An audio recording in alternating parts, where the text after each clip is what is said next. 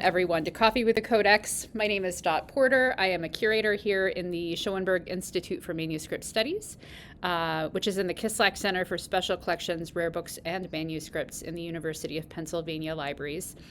Once a week, I take a book off the shelf and we take a look. This is 30 minutes. It's show and tell. Really informal. You can see the chat is very active if this is your first time. If you have anything to say or any kind of question, just put them in the chat. I will keep my eye on it.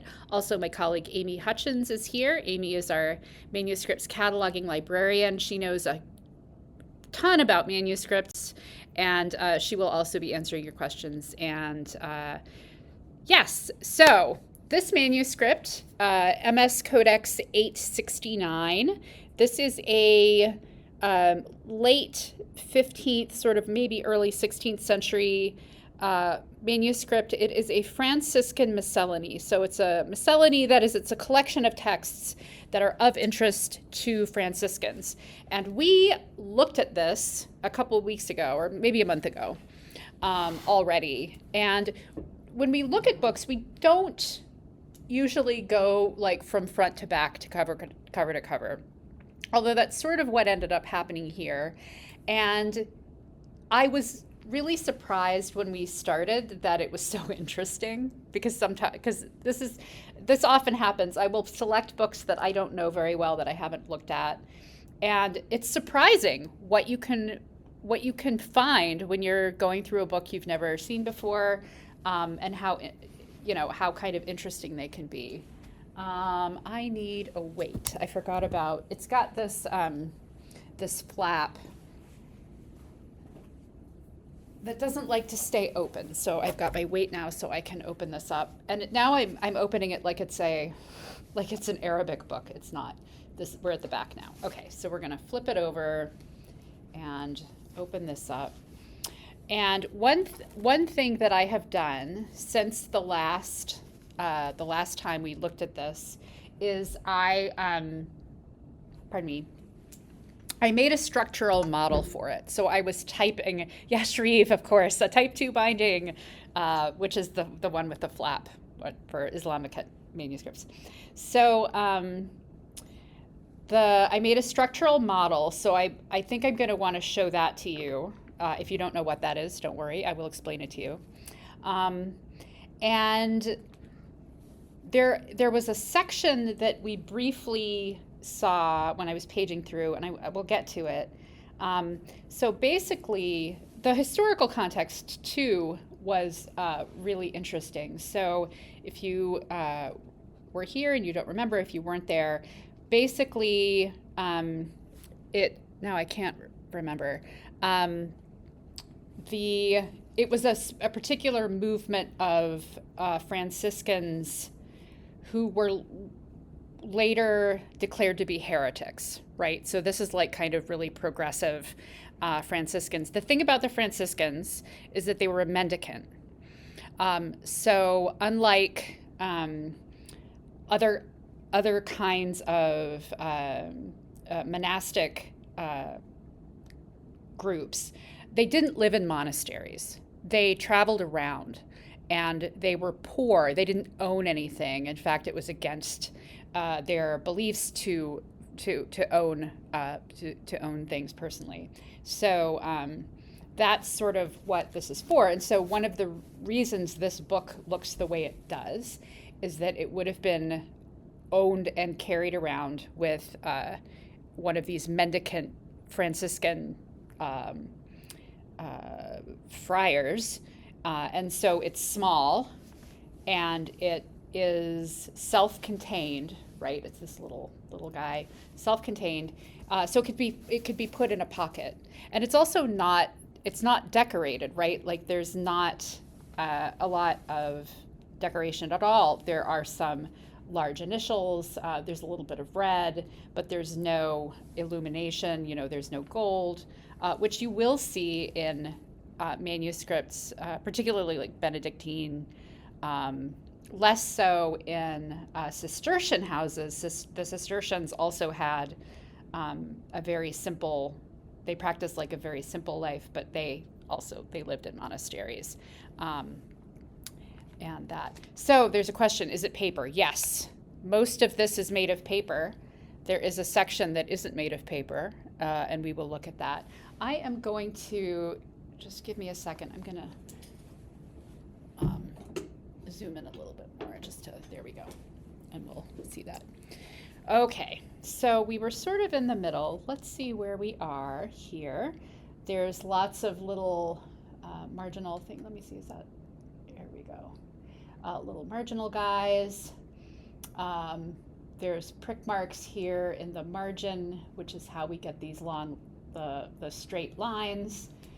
So this looks pretty good. This is 126. So where are we? If we look at the record, it actually has a complete table of contents, which is helpful. So 126, these little page numbers, or the folio numbers really, were put in probably when it was originally cataloged, which, I'm just going to look at the provenance information. I can't remember if we talked about that last time. Do I have that? No, I do not see anything about provenance in the record. So I don't know when or where we got this. Great mystery. Brian is asking about this. I think that's a, you see there's this other note up here in the right-hand corner. And there's another one, there's like a little marking there. It might be previous page numbering. Actually, yeah. Or it could be numbering for the choir, sort of numbering structure. There, but we can take a look in a little bit. So, right.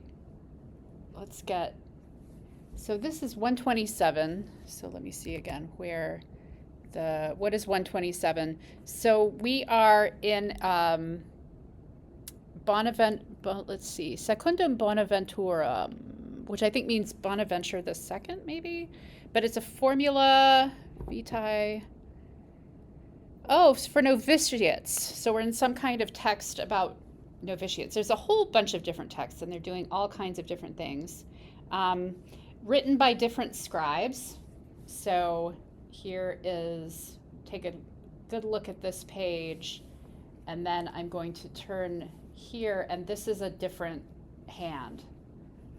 So this is they're both writing in Latin, but pretty clearly this is two different hands, which probably means two different people, which is interesting because it means that this book was physically probably passed around.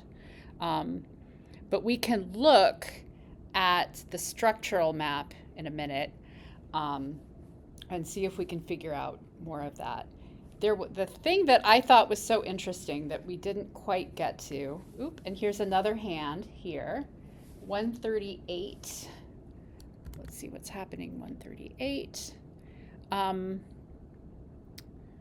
I wish my Latin was better, but here's a 138. Ordo agandorum et decendorum a sacerdote in missa privata et seriali. And it's only a few leaves. It's been, there's a little bit of water damage on the bottom there. I don't know, where does that start? It starts here. So I was looking at the damage on the bottom to see where it starts, because if this was clear and this had the damage, it could mean that this was kind of added in, but it's not. It's here. So there we go. So this is the piece that we kind of looked at the very, very end. of last time. And this is when I decided that I wanted to pull this out again because of this quire. And it's a single quire, so one single sort of booklet of leaves that has been put in here. This is Ordo Fratrum et Sororum de Penitentia, so a penitential for brothers and sisters. And it's clearly very, very different. It is a section from another manuscript that's been bound in here. So this was not, it's not like there were blank pages and this was written in this different script. This is parchment, right? So this is a whole different material than the rest of the manuscript, which is written on paper. Interestingly, there is a catchword here. So catchword, you look to those to see if it matches whatever comes next. They're put by scribes at the end of a quire, and it helps the person who's binding it together to know what order the quires go in. There are several catchwords in here. I noticed when I was putting together my structural map that, or my structural model, that a lot of them don't match. Not just this one. This one obviously, I mean, maybe not obviously, like I could see an instance where if this was bound in at the time that this was written, that maybe it would match. But it doesn't, which tells me that this was put in after this catchword was added. And the catchword seems to me to be in a different hand even than the writing on the page. So this was added after this. And it also, the catchword also doesn't match what comes next, I think, which appears to be the start. It is the start of another text. And there is space. This, you see this sort of blank space here. That was room for a large initial that was never, I think it was rude, although there's an N here, which is the first, would be the first letter, so maybe not, I don't know. But it looks like space for a letter. Oh, sorry, Brian, I just saw your note that he's asking me to zoom in. So let's see if we can zoom in on the parchment to see the difference here.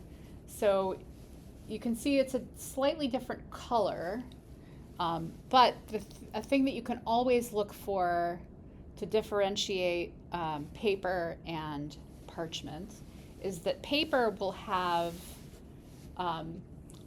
chain lines or lines of, it's basically an imprint on the paper of the form, or like wire, because paper's made, you have sort of a slush that's made of linen and water or whatever, and it's very slushy. And then it's put on a wire frame and drained out to make these very thin layers. And the wire frame has lines that you kind of barely see it here, these just little lines there. And that is within the text, it's the texture of the paper. And so you can look for that for paper. And then parchment is tends to be smoother. Now, I will say Islamic paper and paper from like India is treated in such a way that it makes it very smooth. So this doesn't always, and sometimes you can't see the lines. You just have to, then you kind of have to know. Parchment tends to be smoother, and it also will have things like these little, you see these little black dots here? That's hair follicles. So remember, parchment is animal skin. You can see it even more here, right? All of this is hair follicles. This is a telltale sign of parchment. And when you, that's just looking at it, like if you can feel it, like it feels different. It's a different kind of thing, although I said before the Islamic paper could also be very smooth.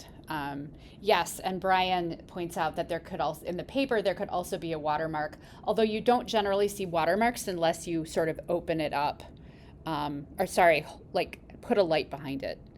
you can't normally just see a watermark on the paper. You have to do something there. Yes, so there we go. And I was going to say, what does the record say about this section? Is there a script written in a variety? I'm not sure if it says anything about this, which is why it was such a surprise when this came up the first time we were looking through it. I don't know. I think this is roughly contemporary. This isn't earlier, any substantially. I'm looking at Amy right now. Do you think that there is anything? I mean, is this pretty much 15th century, or do you have a sense of that, Amy? Could be somewhat earlier. Okay, that would work. Okay, there was a private question to me about the language. It is, I think it's going to be, it's Latin. It would be a formal Latin. Like all of these texts, there are a couple that are unidentified, but I think most of them are known and would have had multiple copies. So I think it would be a formal Latin writing. All right, and it was written in Italy, I believe. Yeah, somewhere in Italy. Not entirely sure where. So that's that. So we've had a nice little look through it, and we talked a little bit about the historical context. There's a lot more. If you go back and watch, if you weren't here for the last one, there's a lot more, I think, about the historical context in that one. But what I'm going to do now is I'm going to turn the lights on. There we go. Yeah, Brian is pointing out how small the script is. It is quite small, although it's not the smallest that I've seen. So what I'm going to do is I'm going to close this up for a minute, and I want to look at the structural map. So what we're looking at, just to see, so this is a miscellany. It's got a lot of different texts in it. Some of them are only a couple of pages long. Some of them are much longer. They're in a lot of different hands, which implies different people doing the writing. And then there's that parchment section that we just looked at. So I was really interested after our last meeting to do this structural map. And actually, I am going to start recording because it just occurred to me that if I only record my camera, I won't record my screen. So now I'm going to share my screen with you and show you the structural model that I built and explain to you about what it is doing and why I'm hopefully finding it helpful. So it's a tool called VC Editor, which we build here at Penn. And basically what it enables me to do is make to show how the book is structured physically. So I talk about quires. So each one of these lines is a sheet of paper. In this case, it's a sheet of paper. They're stacked on top of each other. They're folded into these booklets, and then they're sewn down the middle. That's what this line is to show there's sewing that I can actually see. And then I go through and I do a couple of things. I see where there are, for example, in this case, there's a page that is not there. There's a stub. So we can maybe look at this later when we go back. You can see in the gutter that there's a little piece of paper sticking up here, and a page. Maybe it's been cut out, or maybe there wasn't a page there to begin with. It's hard to say. And in this case, it's glued to the page next to it. So that's why there's these little lines. So this is saying this is actually stuck there. It's not just floating, it's been glued. And I go through, and so most of these are what we call regular quires. So you can see that they're pretty good structure. And then the other thing that I'm doing that you can see is I'm putting the text in. So we can see how the text aligns with the physical structure. And this is particularly interesting, I think, for this book, because this book has so many different texts and also different scripts. If I had been thinking about it, I should have done this, and I'm going to go back next and do it. I'm going to see if I can decipher how many scripts there are, and then I can come in and also mark which script or which hand is writing each of these texts.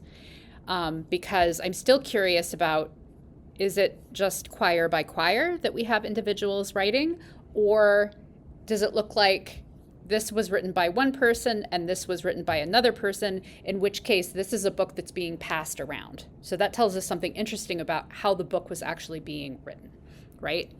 And then I'm also marking things like catchwords.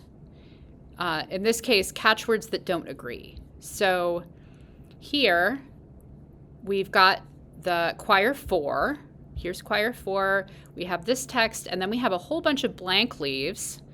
We can think about like why they might have been left blank. And then there's a few pages of this text, quotations from Saints Bernard, Augustine, Jerome, etc. Only two physical leaves. There's a catchword that does not agree with whatever's next, and then it's a different text. So something's happening here. It could be a missing quire or something, but that's interesting. And this text does not appear again in the manuscript. So it's not like things have been rearranged. There's just something I think that's missing there. Let's see. And then we keep going, and you can see all of these different texts. We've got another catchword that doesn't agree. And then we have this, where we've got this weird, something strange is happening here. In the middle of the quire, we have a couple of, we call these bifolios. It's one sheet that's been folded once is a bifolio, and this is kind of unusual. It's not regular, and this is blue because it's a, if I click on that, you can see it is added. So this is a piece of paper that is unlike the other paper around it. So it was added, and that's why it's blue. And then we have this, whatever this unidentified piece of text is here. And then the meditations of Bernard start on the verso of this. Oh, and if I click on that, here's we can actually, I've connected it to the digitized images. This is another fun thing. So we can see this is the front, and then this is the back of it, and here's where that next text begins here. And then it just keeps going. So this is a little bit weird, but then the regular text starts up again, and then we keep going. We've got lots of other, we've got another, this is interesting. I can't remember if I pointed this out. The verso is blank except for these lines, which I'm not sure what the lines are doing, but then there's a catchword, and the catchword doesn't agree with what comes next. I just think this is really interesting. So Brian asked if yes, VC Editor is available to use. You can actually go to vceditor.library.upenn.edu and sign up for an account, and you can make your own structural models if you want. So I think there was also a question about why they might be missing. It's, who knows why they are. It's so hard to say like what happened to this after it was made that,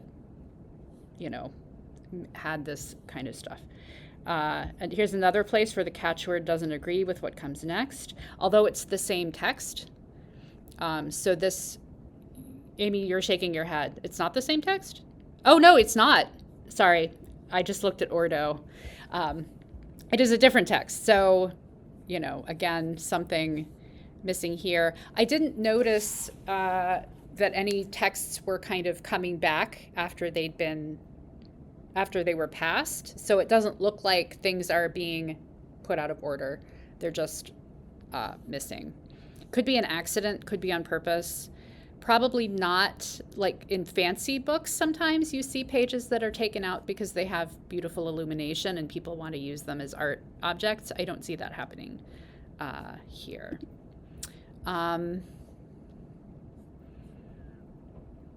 Oh, yes.